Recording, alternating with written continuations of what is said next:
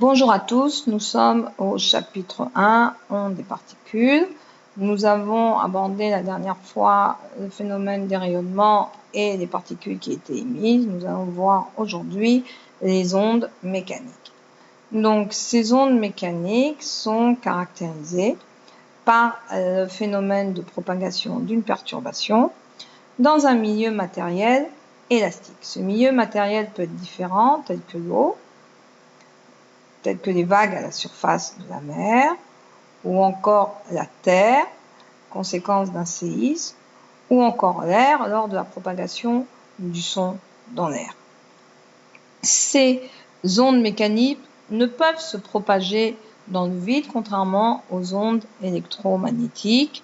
Elles ont besoin d'un milieu et leur vitesse de propagation dépend du milieu. Par exemple, pour le son, la vitesse de son dans l'eau est de 1500 mètres par seconde, alors que la vitesse du son dans l'air est de 340 mètres par seconde.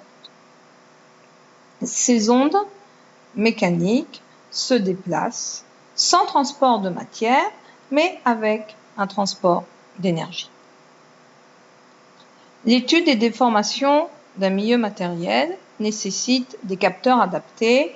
Et ici, nous allons étudier le sismographe qui permet d'enregistrer les différentes vibrations reçues lors d'un tremblement de terre grâce à la masse qui est reliée ici à un ressort et qui est elle-même reliée à un stylet qui permet d'enregistrer sur un tambour rotatif les différents mouvements de la Terre.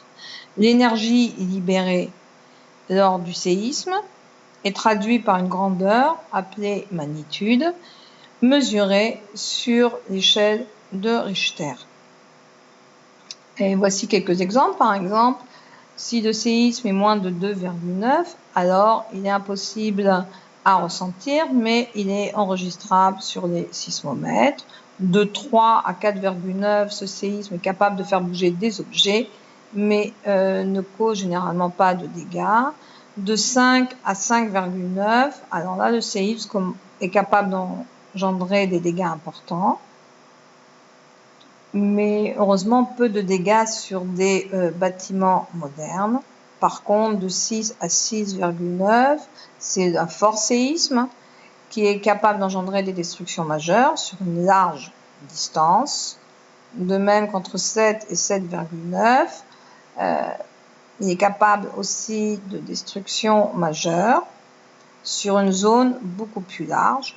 Et au-dessus de 8, alors là, ce sont vraiment des catastrophes naturelles sur une très large zone de plusieurs centaines de kilomètres. Et voilà, à bientôt.